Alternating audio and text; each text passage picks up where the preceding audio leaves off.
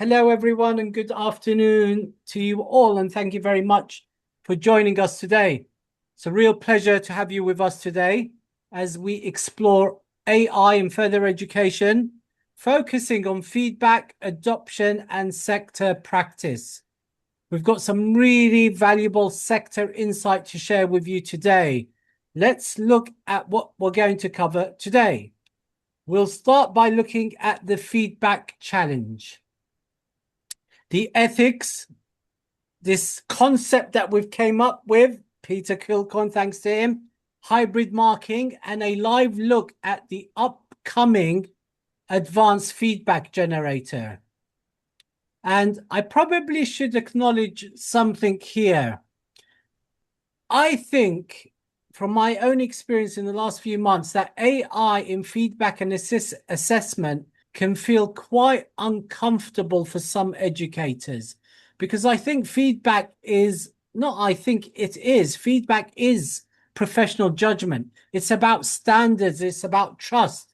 So what we're going to do is we're going to tackle that honestly today. Then we're going to hear from Delta Montaigne at Harrow College, who will be sharing her TeacherMatic journey, how they engage staff, and the impact that it's had on teaching and learning.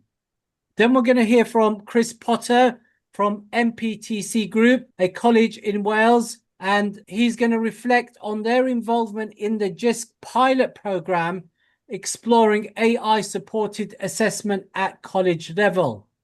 And finally, we'll wrap things up with key takeaways and next steps. We'll try and take a few questions at the end if time allows. So before we get into the practical detail, I want to acknowledge something about change.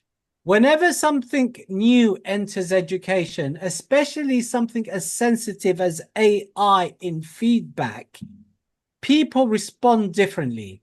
Some lean in early, some observe carefully, some push back. And, that's not a problem. That's absolutely natural and predictable. So what we are seeing with AI-supported feedback follows a familiar, innovative pattern. Let me show you what I mean. So in any significant shift in education, you tend to see innovators and early adopters first, curious, experimenting, willing to try new workflows. Then you have the early majority, open but cautious. They want reassurance, and of course they want safeguards. And then you got the late majority and those who are resistant, often concerned about ethics, professional identity, and standards. And that's absolutely normal and justified. So if I reflect back 3 years ago, when this idea was first discussed more widely, the reaction was much sharper. There was outright rejection. And 3 years on, I think the conversation has shifted. It is less about should we and more about how we should use this responsibly. So my prediction is not that everyone will suddenly embrace AI-supported feedback.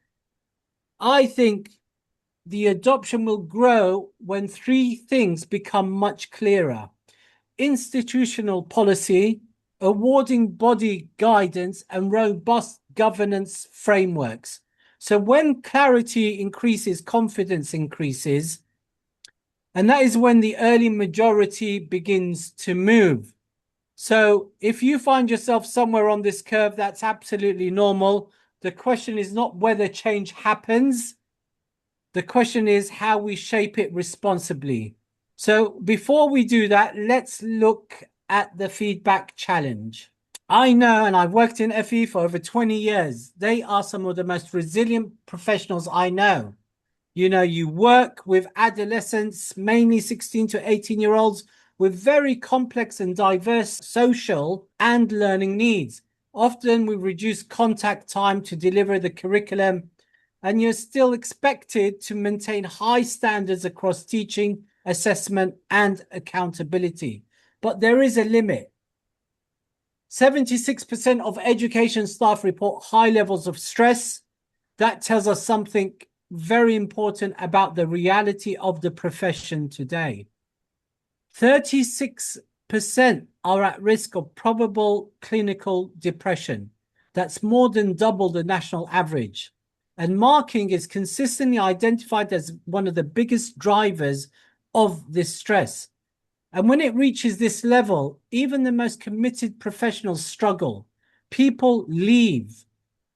40% of teachers intend to exit the profession by 2028. And as I said, feedback workload is a significant contributor to that. So now let me relate my own experience when I was at college. I used to teach on the BTEC Level 3 IT course. I used to teach a unit in particular called Unit 3 Social Media and Business, which had 6 passes, 3 merits, and 3 distinctions. Now, if I spent just 10 minutes per criteria per student, say on P1, that's about 2 hours per learner, right? And by the way, I was a 0.5 lecturer. So, you know, you're going to have probably double the amount of students, that about 250 students, I would say, on average.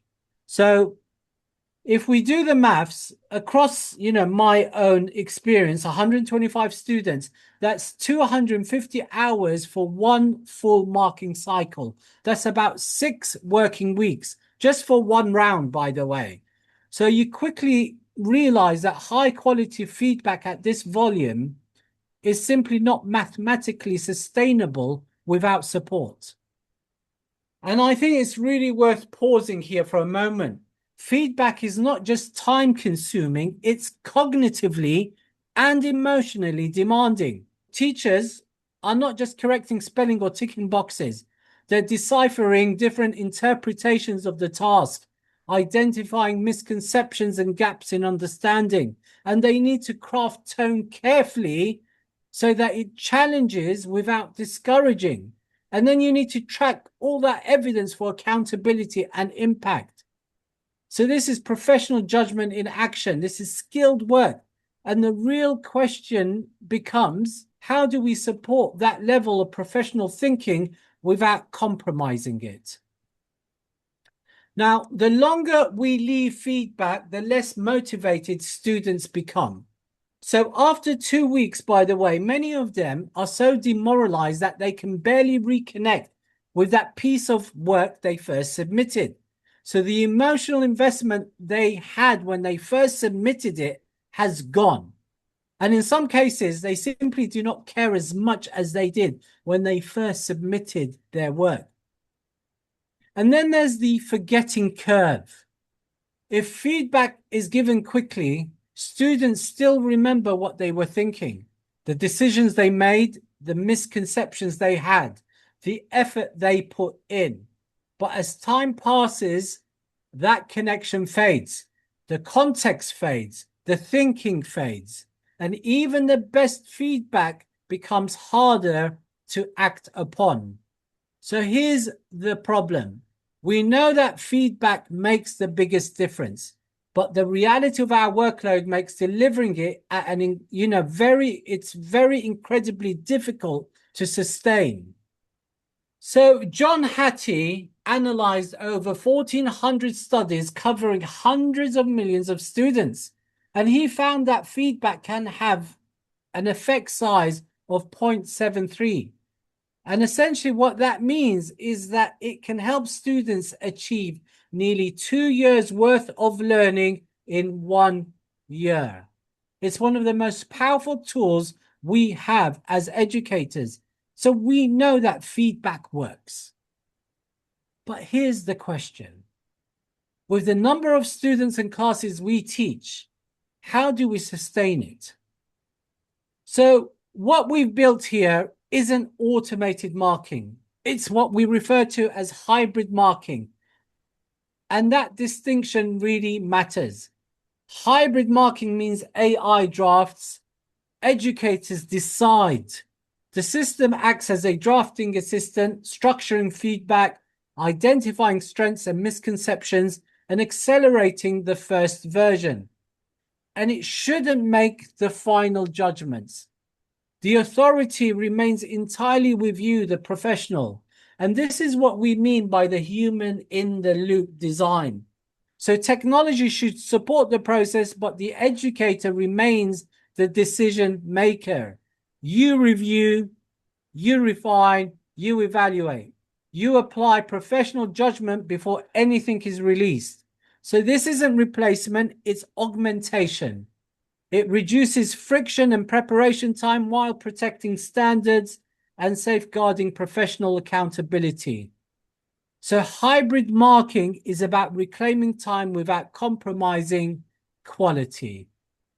So let me be very clear about our position.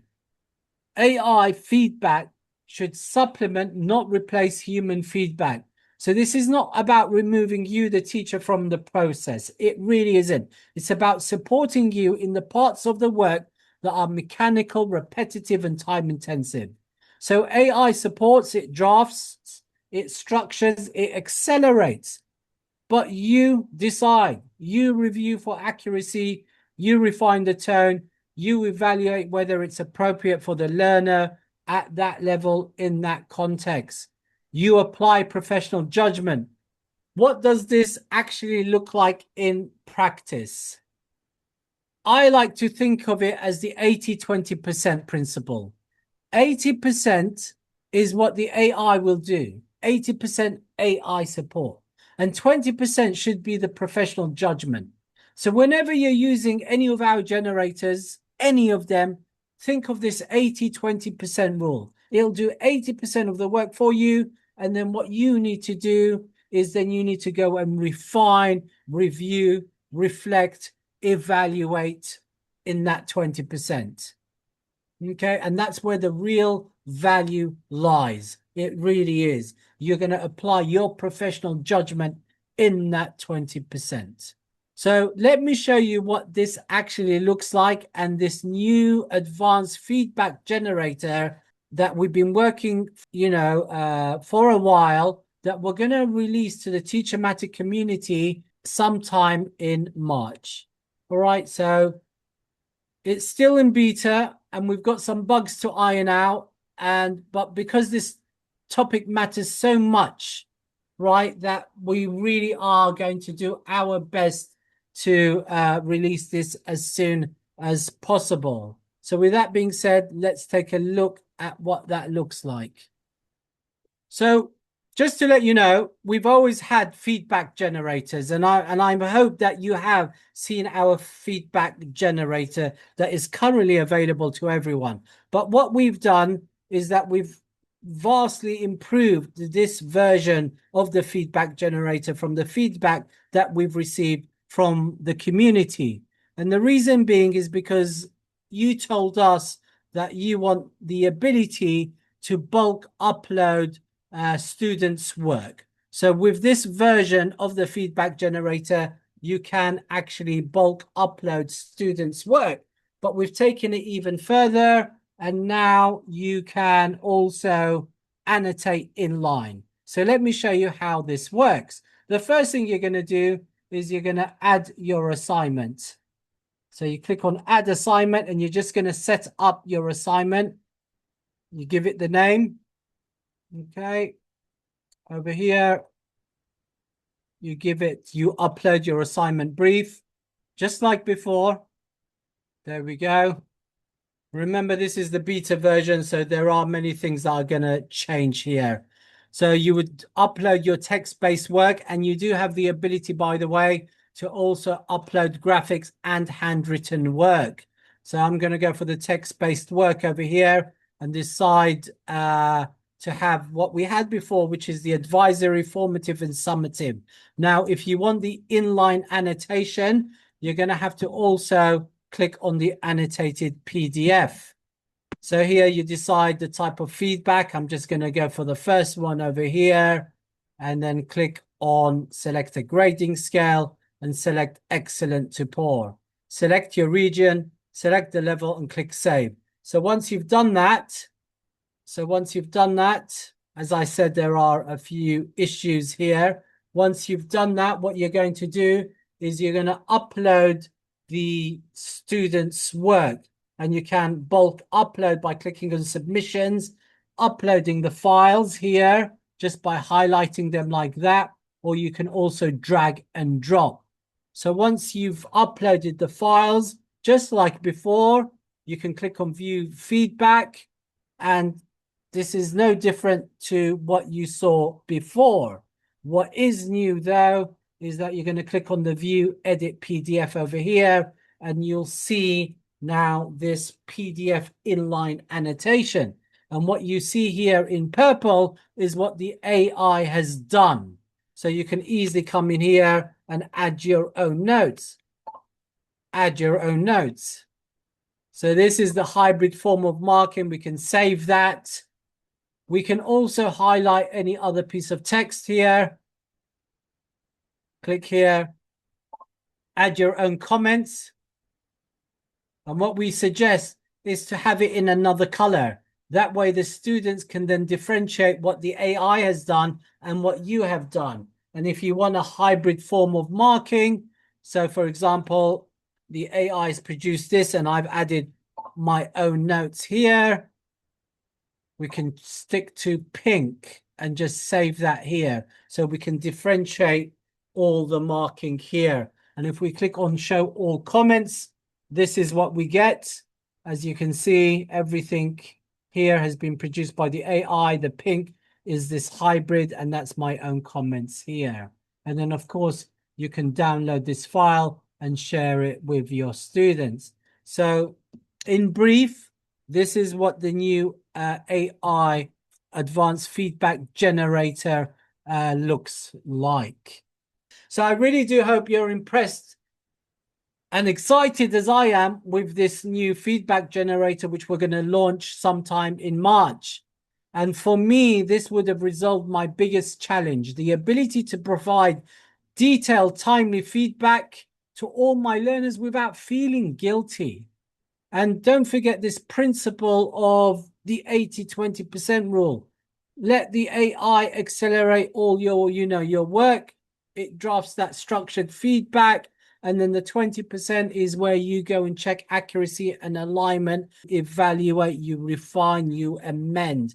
And that's where the context lives. And that's where the empathy lives. That's where standards live. So that's the balance that we are proposing. And I just want to say finally, over the years, we've received thousands of comments from educators across the sector. But the one that stuck with me the most is this one here. And it says, I've got my Sunday afternoons back, because this is not about productivity. This is about relief. It's about giving you the space and time. It's about not carrying your marking into every weekend. And honestly, one of the reasons we began exploring this idea is because we wanted to give you that space back so you can focus on what really matters. And that's the intention behind how this works. Right, so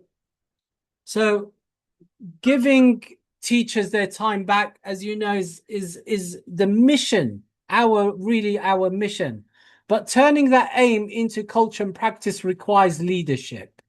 It requires clarity, it requires staff engagement, and it requires trust. And that's exactly what Harrow College has been working on. So I'm delighted to introduce Delta, who's going to share their TeacherMatic journey and how they approach staff engagement and the impact that it's had on teaching and learning. Delta, over to you. Okay, thank you. And thank you for having me. I'm just going to share my screen and hopefully we're all good to go.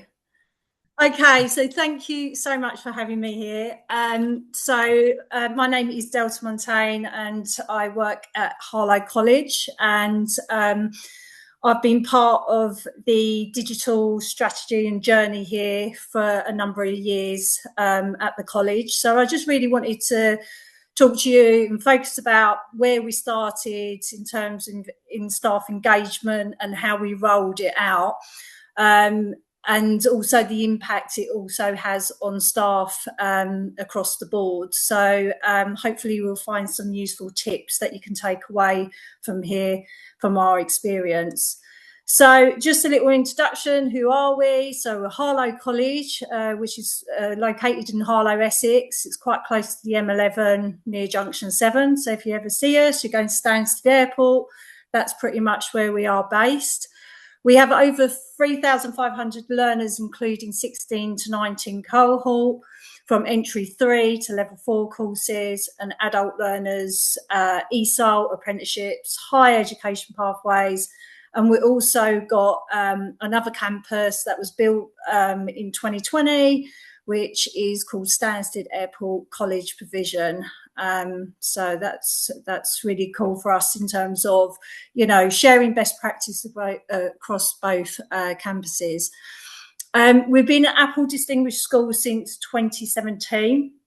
So I can touch on that a little bit with you on that.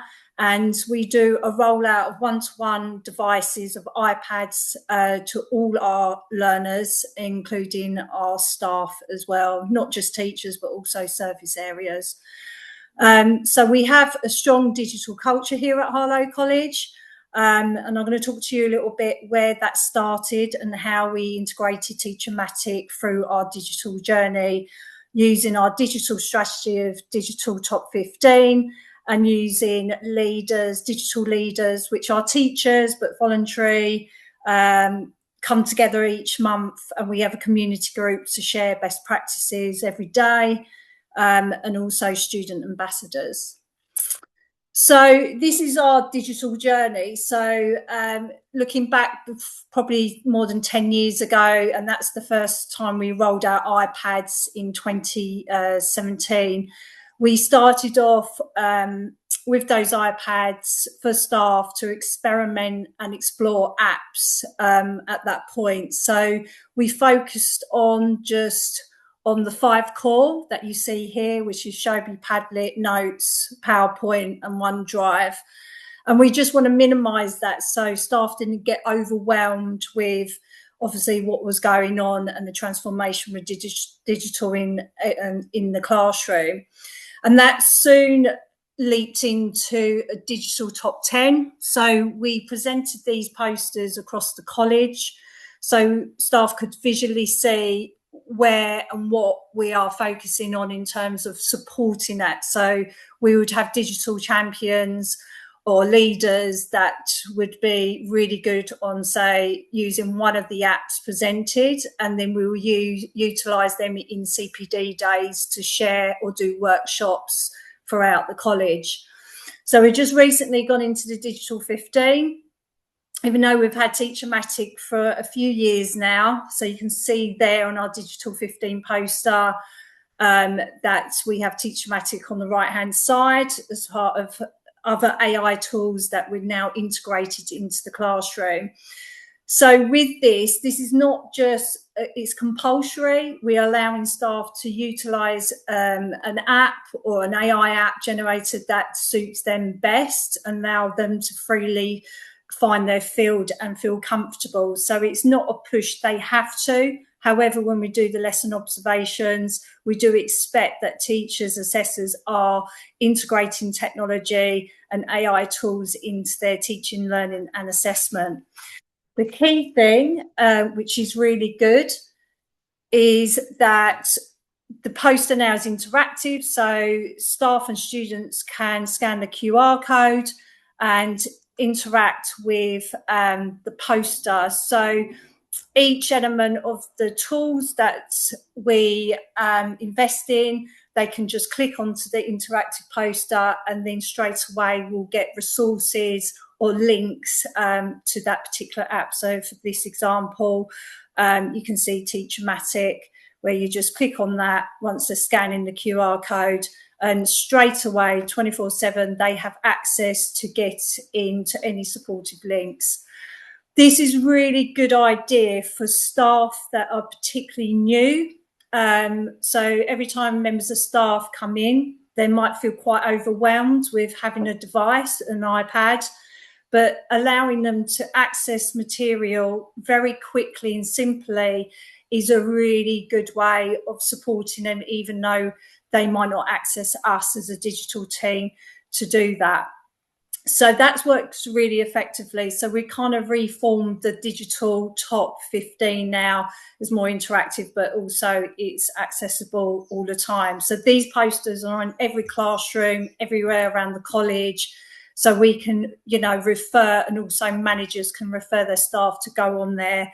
But obviously, if they still can't get enough of information or support that's needed, they can still come to our main central iHub here at the college. So that's just a bit of a tip, really, to visualize, and something very simple, but it's, you know, a nice way to gently riding that, particularly staff that are overwhelmed with so much that's going on out there in terms of what app to use, which is the best. But at least they know the support is there with individual staff that are champions to each of the apps that we're presented. So empowering TeacherMatic. So like I said, we rolled out TeacherMatic in 2024. And that started off with a CPD day, ensuring that all staff had access to come to those sessions. And we had key staff, and we only had a few staff that really started to get the feel for it. And we used those members of staff to present one generator that works best for them. So sometimes you might feel a bit overwhelmed with how many generators there are, but if you find a member of staff that really invests their time into one generator, then that is enough to start getting the ball rolling in terms of sharing that best practice, because now we've found that staff are just finding other things that we haven't even touched on CPD. But what we do tend to do as a team, and the quality team, is when we're doing lesson observations and we see teachers using TeacherMatic, then we have those conversations with them to congratulate them, praise them, but also give them recognition to say, look, we really like what you're using. How did you do that? They will explain, and then shortly they would be quite open to be supporting the quality team to deliver a workshop for all the staff at the college. So we do invest in digital leaders. I think other colleges might have digital champions, they may call them, but they are members of staff that voluntarily put themselves towards a community group that we've set up here at the college. And we only do that through Teams. So it's like a nice little chat just to keep everyone up to date with what trends are going on, or anyone's got any issues or trouble getting into something. And a lot of that is TeacherMatic, like they would share generators that they'd used in the classroom and shared that among the digital leaders chat group. And then also the ambassadors, the students.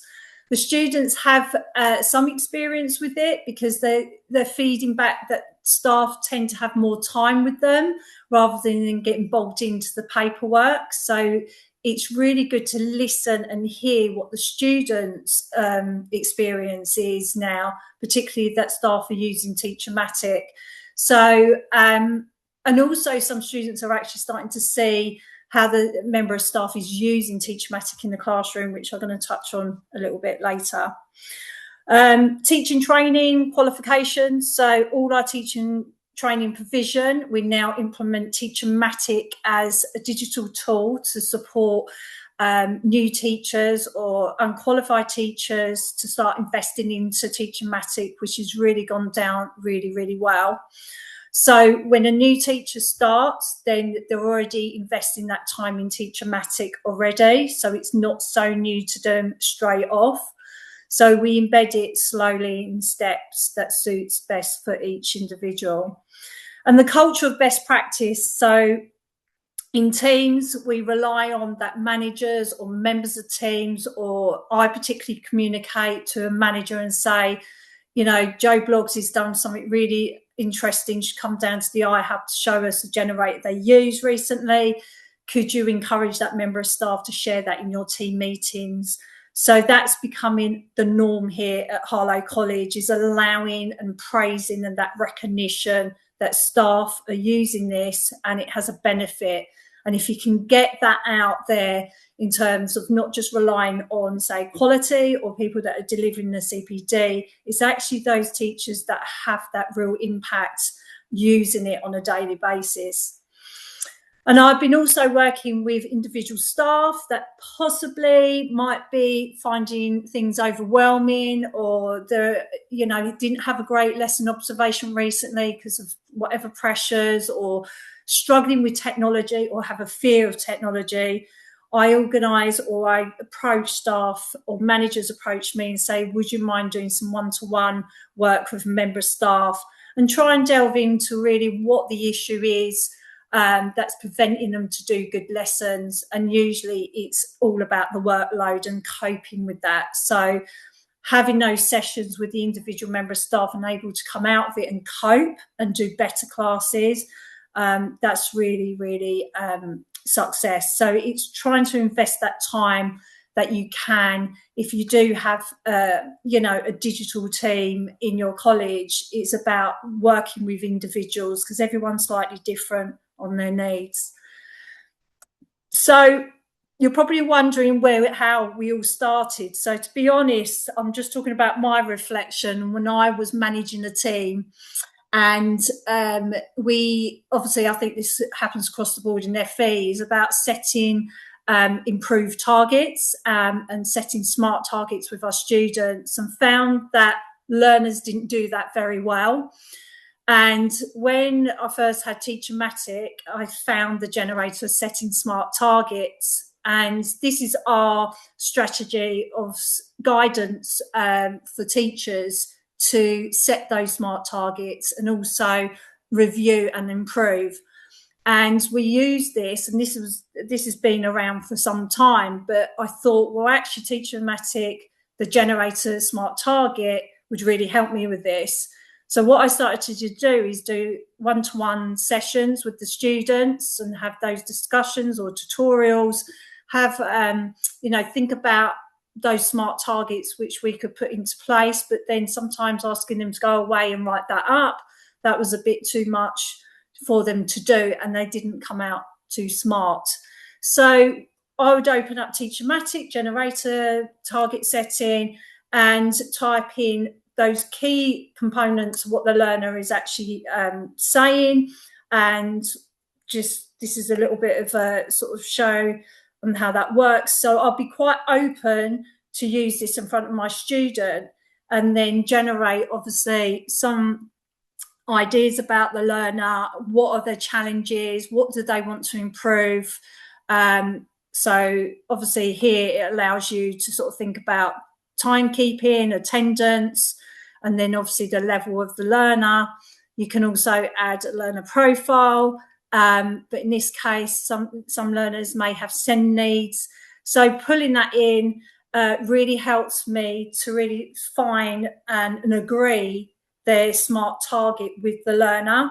So when it generated, we would look at it together and pinpoint what was the suitable target for that student, and they would use that. So we would look at this and come up with suggestions. So they may only take one bullet point for each area, and then they can go away and write that up, or write that up with us in the classroom. And then it became a really nice time-bounded target for them. So I wanted to share that really just because that's where I started. And I think it's just pinpointing what generator works best for you, because there's so many now, and it's like, where do you start? And I think you just got to discover which one is the issue. Where's the gaps in the classroom? What is making you having more work? And that was probably the key thing, because I had to kind of review the targets again for the students because they weren't smart enough. But it was great because those one-to-one conversation was live, and it was there, it was done, and I didn't need to go back to it because it was agreed there and then with using this generator. So the next step, I showcased all of that, CPD and other staff started discovering other generators. And then we came to this, where most colleges or lessons or schools would start off with clear objectives of the class. So here at Harlow College, we do the 4 steps of success, and that will be clearly on the board. And it's about understanding what the students will know at the end of the session, do, show, and improve. And we would have to write a clear objective within each of those 4 steps of success. And this was a really nice, simple way to order it in terms of the learner understanding what skills they're going to learn from the class, what they're actually going to do, what they're actually going to show and present in that session and improve, and that would where their targets could come in as well. So with this, we obviously contact the lovely team of TeacherMatic, and they created a generator for us. This is not open for everybody, but we decided this would be really good for the staff to think about quickly getting those clear objectives on the classroom. So here's one from automotive. So they're doing ABS brake system, and you can kind of see the idea of the generator thinking about the 4 steps of success that you would pick that would be right and suited for your learners.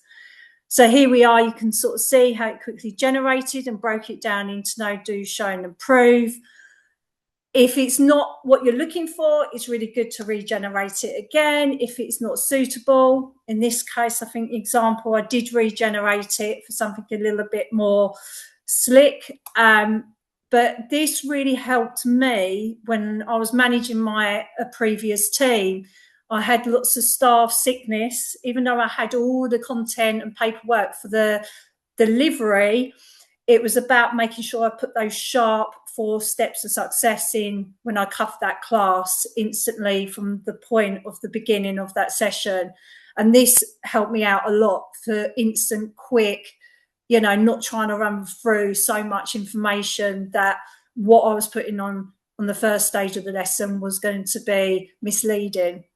So that is something that just accelerated quite quickly, and that works really well. So like I said, it's about really starting on and pinpointing what is the best way forward first, not an overload of so much information. So find the generator that works best for the individual and allowing them and praising them to think about, can they share that best practice?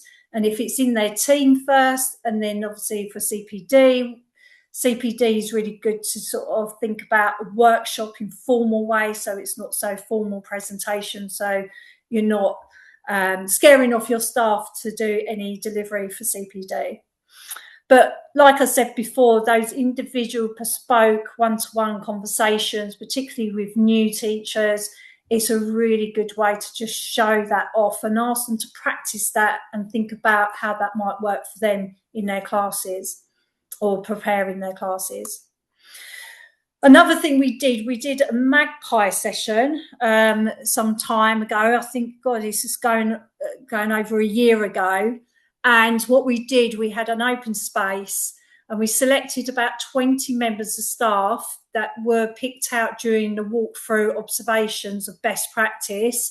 And we asked them, would they like to show and tell something from TeacherMatic, but also for other AI tools that were starting to really kick in.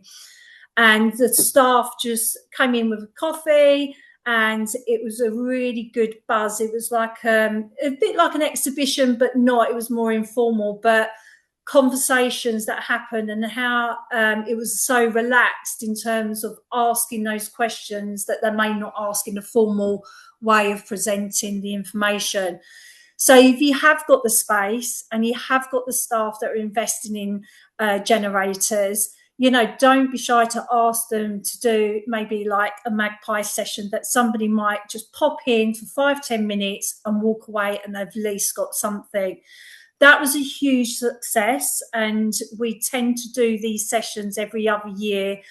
So when new trends are coming in and more staff are confident to deliver or share best practice, this is a really nice way of communicating these tools out. So here you might not have sound, but let me know. Do you have sound on from that? Can anyone say? No, Delta. No, that's okay. No, I'll just we can. So here is just a video of 2 members of staff. I'll just talk about what they're talking about. So they're on a teaching qualification. So what I recommend also is capture video content of what staff are saying. And I think what happens with this information is that we can also use that video material to reassure other staff that may be new or maybe struggling or found something that will help them with their teaching, learning or preparation. And these two girls were a really good example for that.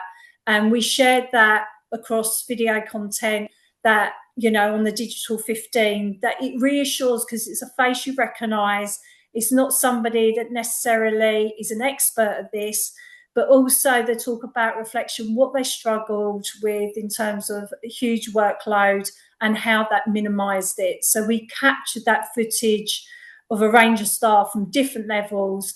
So if you can catch that, that's really powerful to share across your teams and the college. So the key takeaways really from myself is start with workload relief and think about, hear what staff are saying. I think that's really important. And within the digital area, I have staff constantly coming down every day, want to have a chat, talk about technology, because obviously the iPad, but also the students as well. We have a really good relationship with our learners to reflect, you know, every other week, what's happening in the classroom, what would be better. But thinking about that workload relief is definitely listen to what's really happening and then think about, oh, there is a generator that actually could rescue that, because that's the common trend that's going on at the moment. Model it, so don't just talk about it.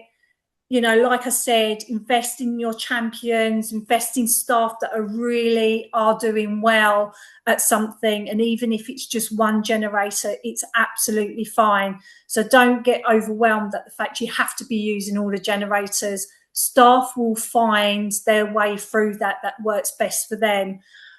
So yeah, it's about really utilising teachers that are really having that impact and effect every day in terms of preparation and workload, and build those internal champions. So invest time with staff that are doing that extra bit and want to help, and praise them. I think is definitely the key starting point if you are just thinking about joining TeacherMatic or you're just at the start of your journey with TeacherMatic. Thank you very much, Delta. And what's really powerful, I think, here is that just like with any adoption, it's not really about the technology alone. It's about leadership, it's about staff confidence, and it's about creating the right conditions for change. Now, I want to bring us back to feedback and assessment specifically. So while, you know, staff engagement and a successful rollout, of course, matters, I think one of the biggest questions in our sector right now is this: what does responsible AI-supported assessment actually looks like in practice? And that's where we're going to bring in Chris and the work that they're doing at NPTC Group, right? They've been involved in this Jisc pilot program exploring AI-supported assessments. But without further ado, Chris, over to you. Thank you, Sam. Thank you, everybody. So, yeah, thank you, Delta, as well. That was very, very interesting, and I think there are a lot of lessons that we've learned along the way. We are sort of partway through an assessment pilot, but as a precursor to that, we also did some CPD training around AI and similar issues with staff confidence and trying to break those barriers, talking about ethical concerns and so on. We did some CPD training around just before the Christmas period, actually, about using AI responsibly, and you know, looking at various tools like TeacherMatic, like Canva, and so on. But that was our precursor. So we looked at college policy and ethical use. We're also looking at not just AI as an assessment tool, but also looking at how students use AI. So staff confidence in using or supporting others to use AI tools, as you know, the outcome from that CPD training was relatively high. We didn't have that many responses, but this was particularly looking at senior lecturers, but we also had response from all staff. But we've got a sort of strategy of, we do also, like Harlow College, have digital champions, we call them, We've got a small team of digital champions to support staff, but within every sort of faculty or subject, we have, well, not as far as subjects, but I guess, you know, you'd call them faculties for want of a better word. We call them schools. So within our FE setting, we have lots of different schools, and the schools have attached to them senior lecturers. So this was pitched to the senior lecturers, this particular questionnaire, because we want senior lecturers to take this forward and also empower them to you know, to roll this out to the wider staff. So as a result of the CPD, they were more confident, and they found the CPD useful. And looking at what they what were their takeaways, what would they want more training on, they did say that they would appreciate more hands-on training, more time to actually engage with those tools, but they liked Canva and TeacherMatic and Copilot. So we're very fortunate in being part of a Jisc program in association with TeacherMatic. There are 8 institutions that have been selected for that, and this is a year-long pilot that we're partway through, building on the success of the Jisc AI. Wasn't just assessment, but the AI pilot that they did. So we were given 50 licenses for TeacherMatic that we could give to staff, and from an initial survey fairly early on, this was actually before Christmas, 67% of staff said they were very likely to recommend TeacherMatic as an assessment tool, and they deemed it as having significant time-saving potential. So they strongly agree that AI is a real time saver for marking. And it was the majority of users said that it was easy to use, so high performance and easy to use. So my job is, I'm a digital coordinator. Above me, we've got the sponsor who provides strategic support. But as a digital coordinator, I'm trying to make sure that empower staff to use these tools and see what they can offer. So from a survey that we did, not from the CPD, but from the staff involved, from the 50 staff that are involved in the pilot, I'm saying 67% of staff said they recommend it, but early on, not everybody had a chance to really engage with it. So have you had a chance yet to use TeacherMatic? More than half of the staff had, but not everybody had a chance to use it. But most respondents found TeacherMatic to be a real time saver. The main challenges highlighted were grading consistency and software being perceived as too generous slightly in the outcomes. And all this feedback has been taken on board by TeacherMatic, and we're working closely with TeacherMatic and Jisc, put on regular sessions to air people's concerns from the 8 different institutions involved. So it's been really good, actually. So how do they rate the software? Again, this is early on. Blue being, dark blue being excellent to very good. Ease of use, quality of feedback, quality of feed forward, integration with uploaded documents, bearing in mind handwriting. Some staff were trying to upload handwritten documents, and overall performance. So you can see that's quite positive. And then my last question out of all of the questions I thought I'd just share with you is that do you think AI will continue to be useful in assisting tutors with marking or providing feedback? Yes, the positives outweigh the negatives. This time we've got oranges strongly agree. Is it a real time saver? Strongly agree. Some staff were slightly divided on whether it's personal enough. I'll come to that in a moment. Is it too detailed? They would disagree with that. It's not too detailed. although some did disagree, but most said it wasn't too detailed. And the question there is it not quite, it's not quite there yet. And again, staff a little bit divided on that. But that was early on, and we're midway through. One of the tools that I found particularly useful, and we have been lucky enough to have a look at the advanced feedback generator, but this is one of the tools, actually I forget the name of it, I think it's called comparative feedback or comparative assessment. Perhaps Sam can correct me on that later. But the comparative tool I found really useful because that also allows for multiple submissions, and you can compare students' work.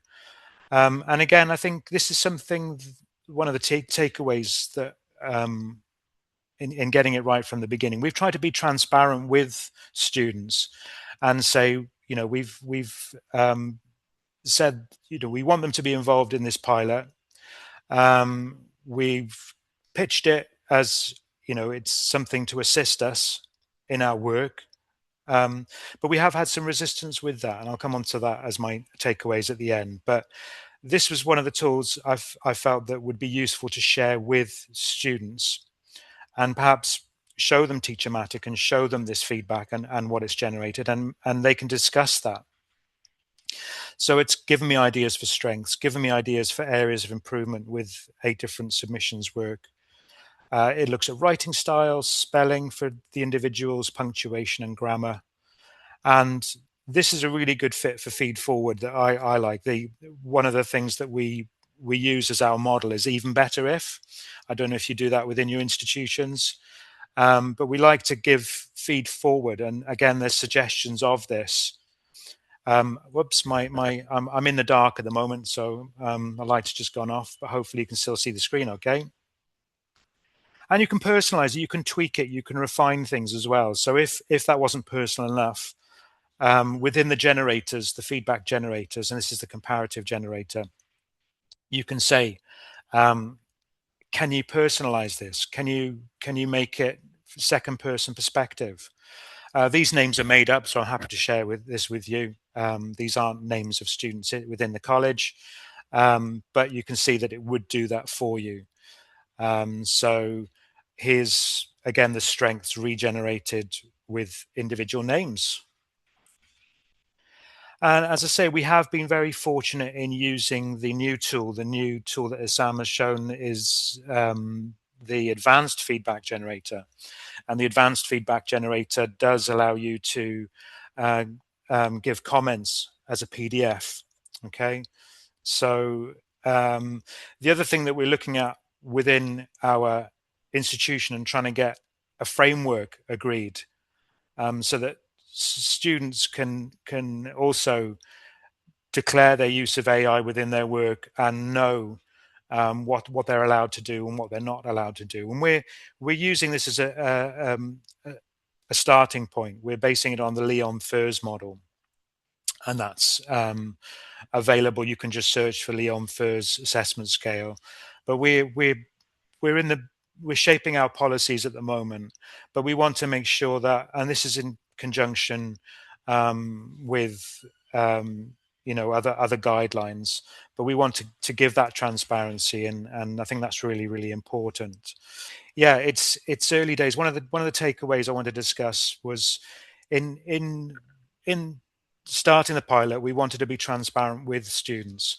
So we had students sort of opt in and opt out, and a lot of the students decided that they weren't happy with staff using AI necessarily.